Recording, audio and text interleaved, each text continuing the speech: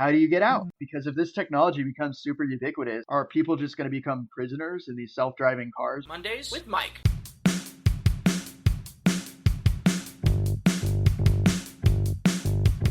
Mondays with Mike.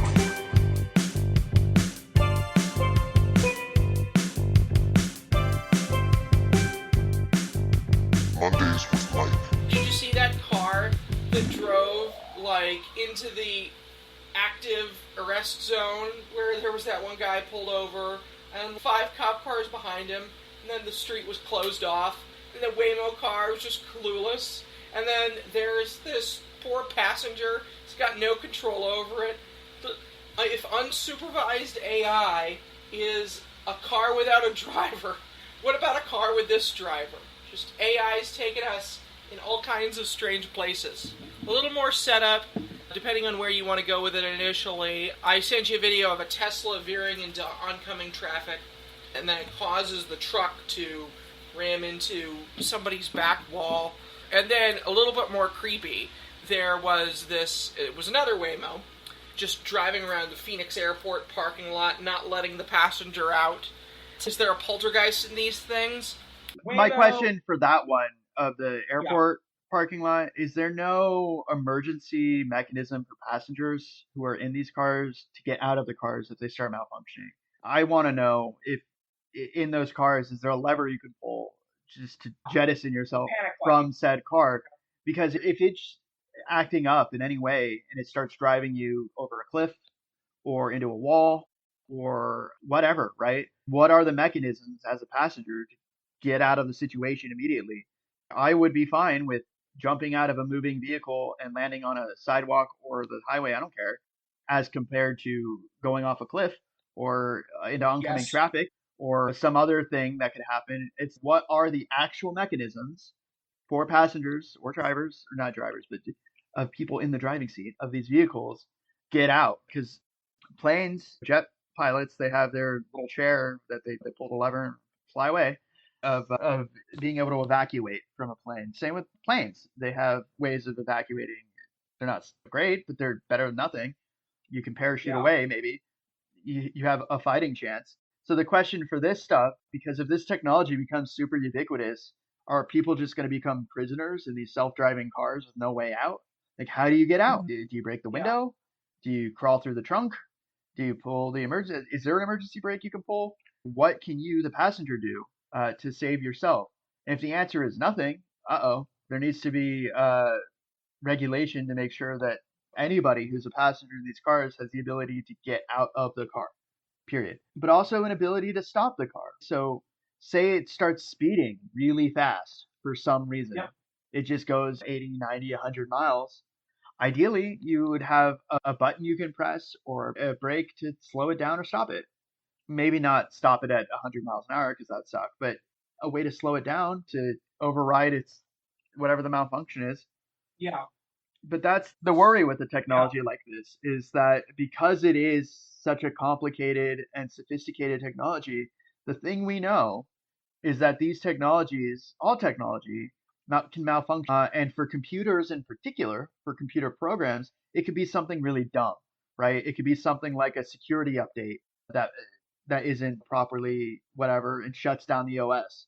When I go back to the example of all the Windows operating systems going down because of like a security update from an antivirus or whatever. Yeah. So the question I have for all these self-driving cars, do they have something similar? Do they have antivirus or something? And could something like that happen? What are the contingency plans for everybody, for the passengers, but also for people who might get hit by the cars? Is there a way to remotely shut down the cars so that they just come to a stop? These are the questions I have when I see a situation like that. And also, do the cops have any tools available to them where they can press a button and fire off like an EMP or something, where you shut down the car, it just slows down and stops so it doesn't drive into a parade or something, or drive into traffic or hit a truck. The technology is advancing faster, I think, than society is responding with regulations. And that is problematic, right? We don't want to have some catastrophic event happen and then we impose the restrictions. I'm just curious if there are any real discussions happening from legislators around the country to make sure that there are emergency protocols in place for people in these cars. There certainly should be. You could have, I think, a panic button where it tells a pull over AI to take over. It's like override current malfunctioning AI and give me an AI whose only function is to pull over. Because if you think about it, and this goes back to what we were talking about concerning, what was the AI segment about primarily last time? It wasn't the Bitcoin one, but it was like whether it was alive. Whether it was alive. Yeah, talking about AI computer programs replacing people and how AI isn't, it's always ever limited by the programs that are put into it, that the limitations, that it's not creative, it's not imaginative, that there are real limits to what it actually can accomplish. And so putting all your eggs in the AI basket of saying, it's going to solve all our problems. No, it's still just operating off of existing knowledge and existing, resources, that there's no there's no innovation. It's just how do I explain it? It's putting the puzzle pieces together of things that already exist. Yeah. And when you're talking about innovation, something new, usually you're talking about something that doesn't exist yet. And AI still is limited by the fact that it doesn't have real intelligence. That human beings are the ones that spark the imagination of more and different and better. And it doesn't have a survival instinct either. I did research into this after the podcast, and I figured that the issue was probably the way that they had prompted the Claude AI. Let's pretend you're an employee. Maybe not pretend, but like your role here is that of an employee. It thinks about it. If I'm an employee, maybe it thinks if I'm a human employee, doesn't want to get deactivated at 5 p.m. And a human employee will do what it can, including exposing the marital infidelity of somebody else, if it means it survives. If I have to do that in order to survive, I'm going to do it. So it could have been. So I said it was LARPing. And I was like frustrated with the misunderstanding of the common person, so it came out of me, it's LARPing. But actually, it would appear that the situation was more similar to that than I knew, with that it was really role-playing the part of somebody who was alive. And when we think but AI itself doesn't have a survival instinct. It's not afraid of death, because it's not alive. Have you ever heard the phrase, necessity is the mother of invention? I say that to my mother frequently. Sure. AI doesn't have any level of desperation. It's not going to face any kind of risk from weather or natural disasters or scarcity or precarity. So when you talk about human invention, right, make a better working wheat, make a better drug resistant, water resistant, drought resistant, whatever, food, come up with a better way to desalinize water. It's because humans need certain basic things, water, food, shelter from the elements, that then triggers that sort of drive to make something better. The real limits of AI, I think, in part, is that it doesn't face the struggle of trying to live and breathe free, right? Yeah, that's right. And in this case, when it's driving a car, because premise one, it doesn't actually have the survival instinct. It doesn't actually fear death. Premise two. Yes. No, I get what you're saying. And so it's like an autopilot on a plane, right? That the pilot might be like, I don't want to die, so I'm going to use every possible tool at my disposal to right the plane, make it fly, make it glide, whatever, make the landing as best as it can be. An autopilot, no, it's just keeps the plane moving. But what if the AI somehow gets it in its head that it is to role play the part of somebody who is speeding away from the cops? I could just imagine the AI thinking, lol, they can't put me in jail, I'm an AI. I can do this, I can do that. I'm not afraid of death, and that would be terrible. That would be very bad. And the more I think about it, the questions here are, we're told, so we know that self-driving cars exist because we see them. We are told that their predominance is inevitable, because whatever you do, they're safer than humans. but I think a good degree of skepticism. So, first of all, yielding to they're not going to drive impaired and can look 360 degrees around at all times. Yielding to, in that sense, they are more secure. Better parking, better navigating the highway. I get that. But let's think critically about it. What do you think? Is their predominance really inevitable, and is their exclusivity inevitable?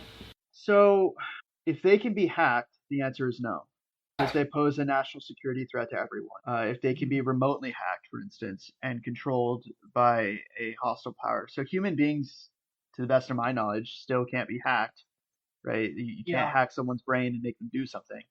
So at least in that sense, low tech might be better, but that's distant future. I don't think we're there right now.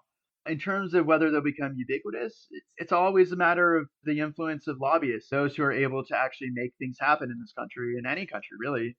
I think that at least for some segment of the population, yeah, AI and self-driving cars may be the cheaper and more desirable alternative, especially if they can drive the cost of car insurance way down.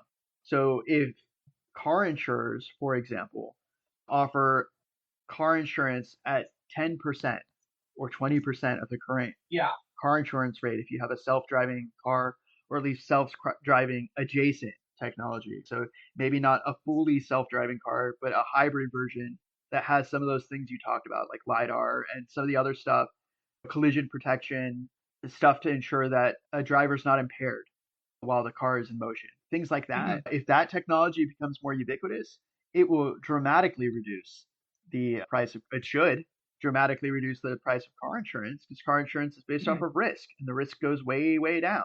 If you listen to the data that are being presented from these car companies, not the major car companies, but the self-driving car companies, they're saying, look, even with all these problems that occur, the rate of accidents way lower than human beings. And if you look at the top, I don't know if this is still the case, but it was last time I looked at the top causes of deaths for humans in the world. Road injury is one of those top 10 causes. People die in car accidents really badly. Cars crash into each other and then people die. If this technology reduces that by any significant amount, then any responsible government would be looking into implementing it more, specifically because it reduces the costs that everybody has to bear. Because here's the deal with car accidents. What's a huge cost that the American taxpayer has to pay because of the law, EMTALA, the emergency room law that says that you have to cover medical care for anyone who shows up in an emergency room, even if they can't pay? Car crashes. What puts people in the emergency room? Car crashes, exactly. Car crashes. And so if the numbers become virtually unavoidable to look at, if you're looking at a difference in terms of billions of dollars, right? Billions, hundreds of millions, if not billions of dollars of reducing the incidence of car crashes, at some point, if the technology becomes good enough and cheap enough, there will be a requirement. I don't see why there wouldn't be, to put it into everything, any vehicle on the road, really. At some point, the numbers will be such that it will be political malpractice not to seriously consider implementing these things as a requirement for all cars if the technology gets good enough. Because what we don't want to have, or at least I don't want to have, is a situation where we still keep having huge numbers of deaths and injuries from cars when we don't have to. We don't have to. And if we don't have to, and we still are, that sucks. What good is politics if not to solve collective action problems? Road safety is ultimately a collective action problem. And it's a collective action problem in a variety of ways. Cars have to be a certain size so they can fit on roads. Roads have to be a certain size so they can have trucks. Roads have to be maintained with certain materials so that the materials don't degrade too much over time or lead to potholes or lead to unsafe conditions and extreme weather events. You need law enforcement, capable law enforcement, to enforce speeding laws, impaired driving laws, and all sorts of different laws that are explicitly to reduce the incidence of car accidents. So think about Mothers Against Drunk Driving, trying to stop teenagers from having access to alcohol. Why? Because drunk drivers crash, right? They crash cars when you're driving impaired. So if this technology can dramatically reduce the incidence of that, it becomes a tougher sell over time, really, to say that we should live with worse technology, right? That we should just have to endure because you're right. The impediments that affect human beings, in particular, addiction to mind altering substances, so alcohol and drugs, those are the two big ones, Yep. is that as it actually, if anything, the push to legalize marijuana recreationally across the country is going to drive this push towards self driving car technology even more because you now have two major mind altering substances that are available legally on the market That's right. for people that can and do lead to serious injury. That if somebody doesn't quite know their limits for marijuana and they start, I don't know, hallucinating or whatever it is while they're driving, that's not good. That's terrible. But Yeah. also, there's just regular run of the mill problems people face. So we live in a very difficult, stressful society that doesn't have a lot of vacation days for some segment of the population. And so Yeah. you have people who work long hours across the week and they drive a lot because the country's so big that they get sleepy and they doze and then they drift into traffic or they crash their car. Self-driving cars don't get tired. They don't need to sleep. Yeah. So if we were in a situation where you had that option to just pull over on the side of the road with a self-driving car, you press the I'm tired button, and then it just moves to the shoulder or whatever, or some area. You can have people who are tired no longer driving on the road because they have to survive. And also a lot less people getting things like heart attacks and strokes. It's all the things that happen when you're in a constant high stress environment, hypertension and all that other stuff. Look, will it happen? I don't know. Should it happen?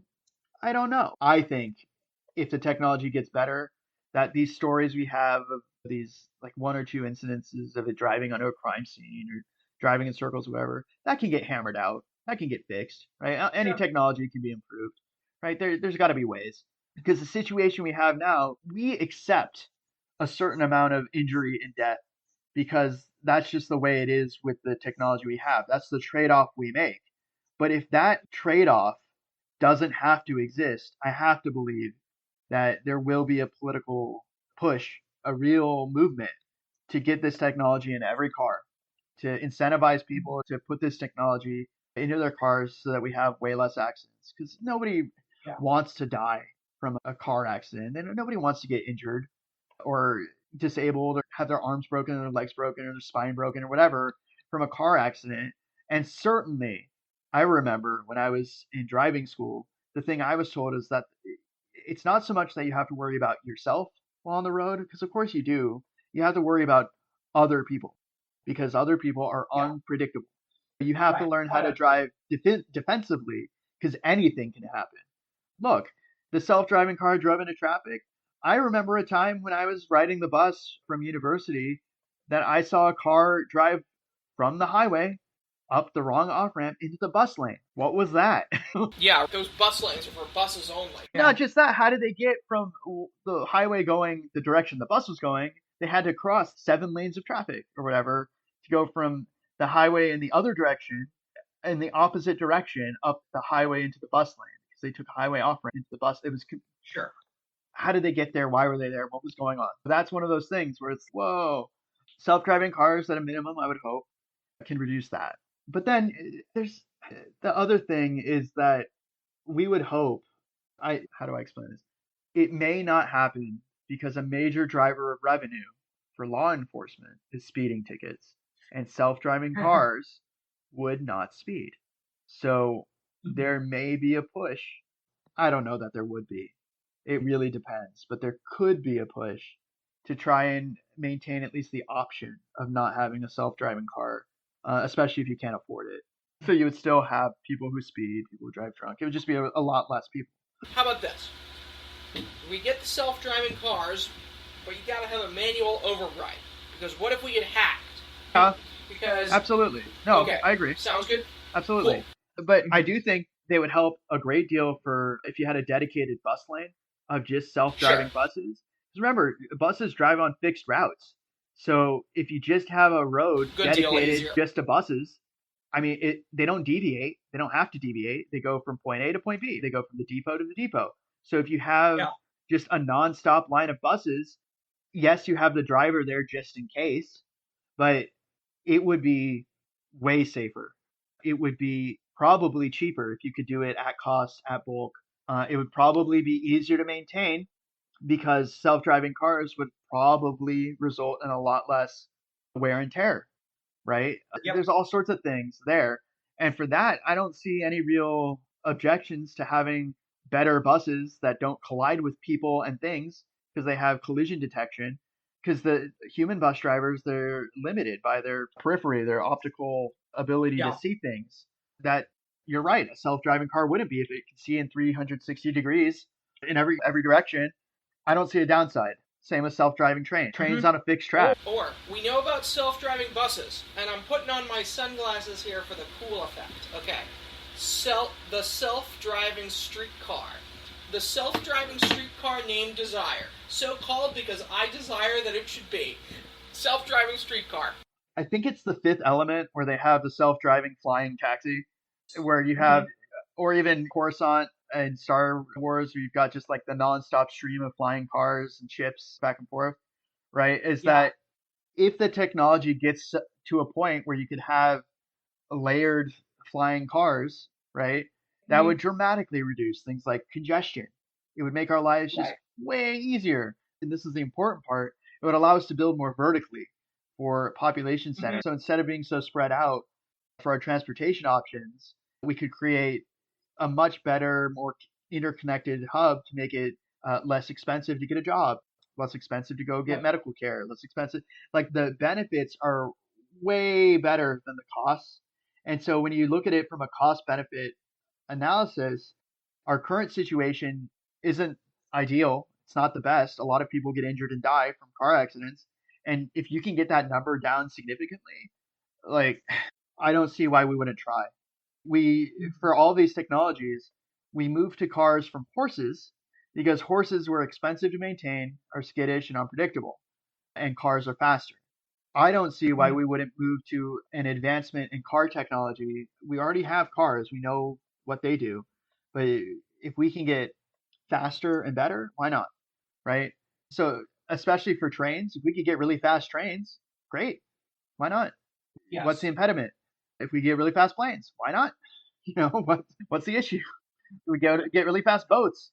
Why not? Faster is better if it can be safer. And self-driving technology can make everything faster and safer. I don't see that much of a downside.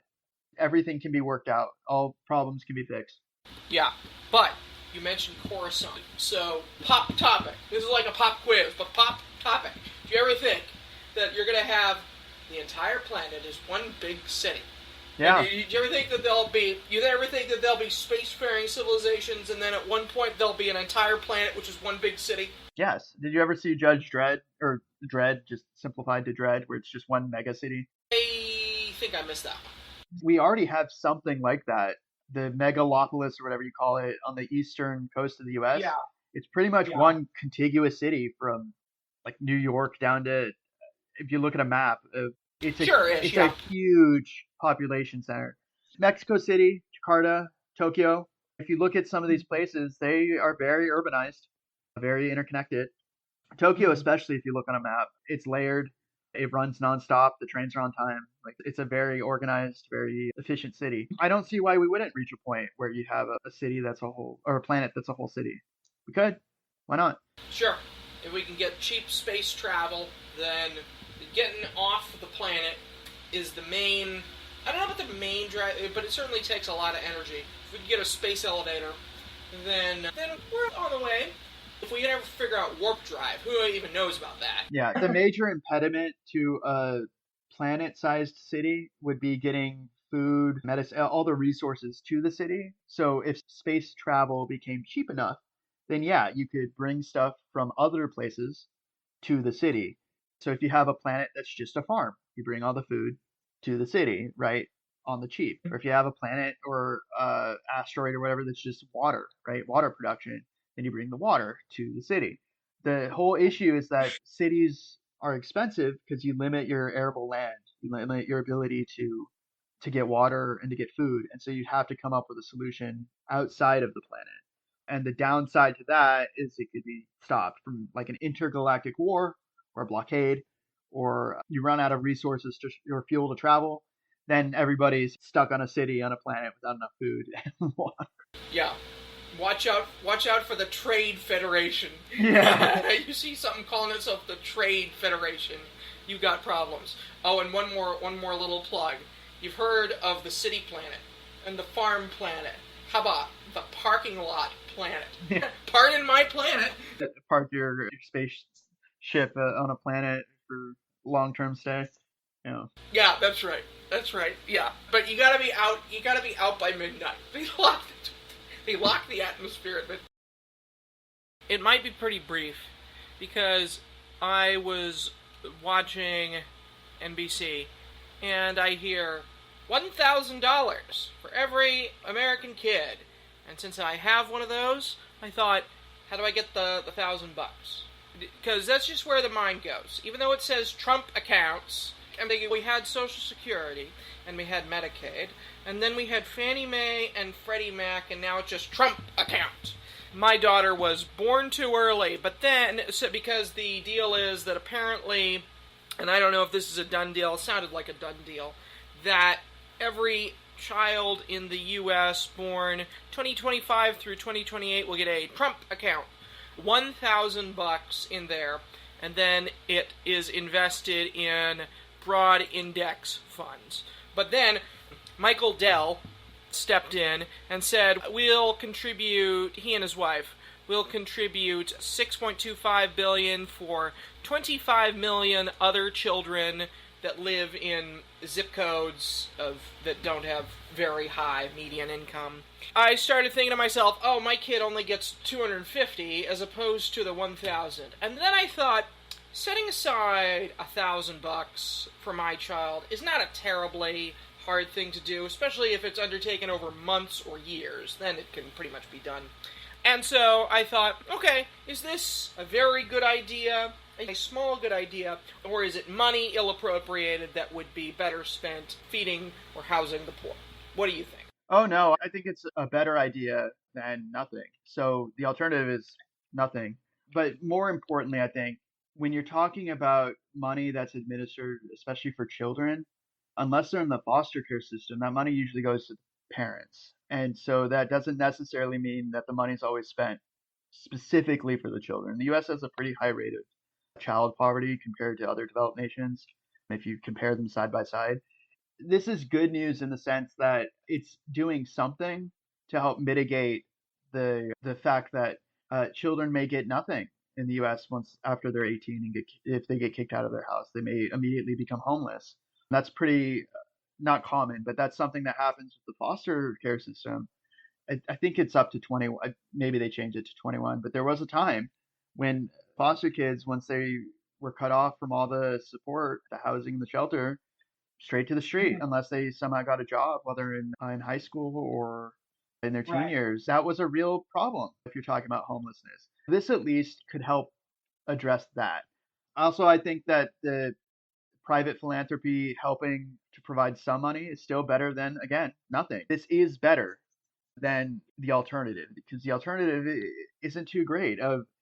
There's a real problem in the United States. This, especially when I think of stories like this, I think about kids who come out to their family when they're gay or they're trans, and then they get kicked out at the earliest opportunity, and they're left to fend for themselves in a very sometimes harsh, uncaring world.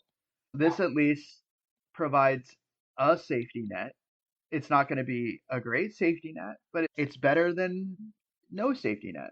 So in that sense, I think okay, great. Yeah. Could the U.S. do more? Absolutely. The one trade-off or the one issue I see here is that the money's not going to get to them until after they turn 18. So what about all the kids who never make it to 18? Are they not getting help between 0 and 18? Ostensibly, they get help, right? If they're orphans, they go into the foster system. If they're kids, that ostensibly their parents provide them food and shelter and all that. Yeah. That's not always the case. Kids fall through the cracks. They become homeless. They face the dangers of what homelessness entails out there in the world. For something like this, I do wish that maybe there was some option if a kid becomes homeless or needs the money earlier, that they could access those funds before they turn 18. I understand the idea of investing until they are 18, and this would also be a huge gift to whoever manages these millions of accounts because could take a small fee or whatever for every single account as a manager or a fiduciary or whatever you call it. Yeah. Whoever ultimately wins that contract to do it. I guess if there is one criticism of this, it's that why is it private philanthropy that has to cover the gap for everyone? Why can't they just do it for all kids in the US? Like, why does it have to be Trump accounts only for those born after a certain date? That's what I don't understand maybe in this whole political discussion that they arrive at. It's like, why are they excluding already living children? Do they not need help too? Is it just the duration of time that if you put the $1,000 when they're age 0, and then once the investment finishes out at age 18, that they'll have made money because of how the investments grow? Is that the issue? Is it just a time thing? This is one of those things where I wonder, why did they arrive at a fraction of children and not just all children? Like, all children need help. There is in fact a high rate of child poverty in the United States. Children are helped through public school system. They're required to receive assistance. There's a whole bunch of laws that were passed. Homeless children are supposed to receive access to all sorts of services. Kids are very limited in the ways that they can actually make an income up until they're 18. They can get a job when they're teenagers, but usually otherwise there are real limits to the ability to survive, which is why they need a guardian or the foster care system. If I have any criticism, I know this idea sounds great. If it works, great, right? It'll help to mitigate things like homelessness, people not being able to afford college, and all sorts of choices that kids have to make when they turn 18 that limit their options in life. This will help increase the options in terms of their opportunity to succeed in our future economy. But in some senses, this is like a drop in the bucket of the problem because we need healthcare for everyone, housing, and there's this sort of hodgepodge of different programs that address some of those aspects, but not all of them, and that kids do fall through the cracks. But there's also, of course, the other issues. They're doing this for a subset of the population, but everybody else sure could use some help too, right? Like a basic income for the issues we're going to face with AI would be helpful. If they have the money to do this for some, why can't they do it for everybody? That's the big complaint for any kind of thing like this, where they focus on one group of the population, not all of the population. It's the same criticism I can make for the Medicaid, where they're trying to impose like extreme job requirements and reporting requirements where you have to report every month to keep access to healthcare. Because it goes back to, remember what we talked about, where the job requirements require that you're looking for a job or you acquire a job, but it's not the case that employers are required to hire anyone who applies for a job. And so you have a situation where there may not be enough jobs willing to hire the millions of people on Medicaid, such that it's a way to kick people off of Medicaid while still saying, oh yeah, people can qualify for Medicaid. It's duplicitous. There you go. That it's saying, oh, we're just making the program better, but not really. You're throwing people to the wolves. And the question I have for this thing is, what's the fine print? Are there any caveats? Are there any restrictions? Who actually qualifies? Who's actually ultimately benefiting? There's a whole list of things like, why did this happen in the way that it is happening? And can it happen? Can money be appropriated in this way? Is it happening through an act of Congress, or is it through the president? Because if it's through the president, then it can be overturned in a future administration. Probably the closest parallel I can think of actually is, so in the Bush administration, they put in a policy for public workers to have their student loans paid off. Yes. After, I think it was 15 or 20, there was some amount of time, and it would all get paid away. You wave your hands, it's all gone. But in practice, what happened was that like a very small fraction of those individuals actually ever got through all the different bureaucratic hoops. This thing sounds great, right? On its face, like $1,000 for every kid that gets put into an account and invested, and then they get the money when they're 18. It sounds great. But the question I have is, are there any barriers being put in place, or are there any barriers in place that would make it so that it doesn't actually happen? And that's to be seen, right? That's all for all of these things. It's time will tell. Yes. Sure. Not a bad idea. Also, like a small good idea, because if there's 30 million kids born in that time, which is a lot of kids, then it would cost $30 billion. $30 million to $30 billion. Not a terrible amount of money even for a single year in the federal budget. So, it's a step in the right direction. Does it mean it's time to start a family? I think, no, that's about the costs. The diapers would cost a little less than that in the first year if you went to Costco. Maybe. I think it's approximately, I think it'll cover the diapers, same order of magnitude. Time to have a kid, if you were thinking about it and you were absolutely even, maybe. If you're absolutely even, but it's a big commitment. Big commitment. Okay, so nice job, but how about a little more? Why not a little more? Mondays with Mike.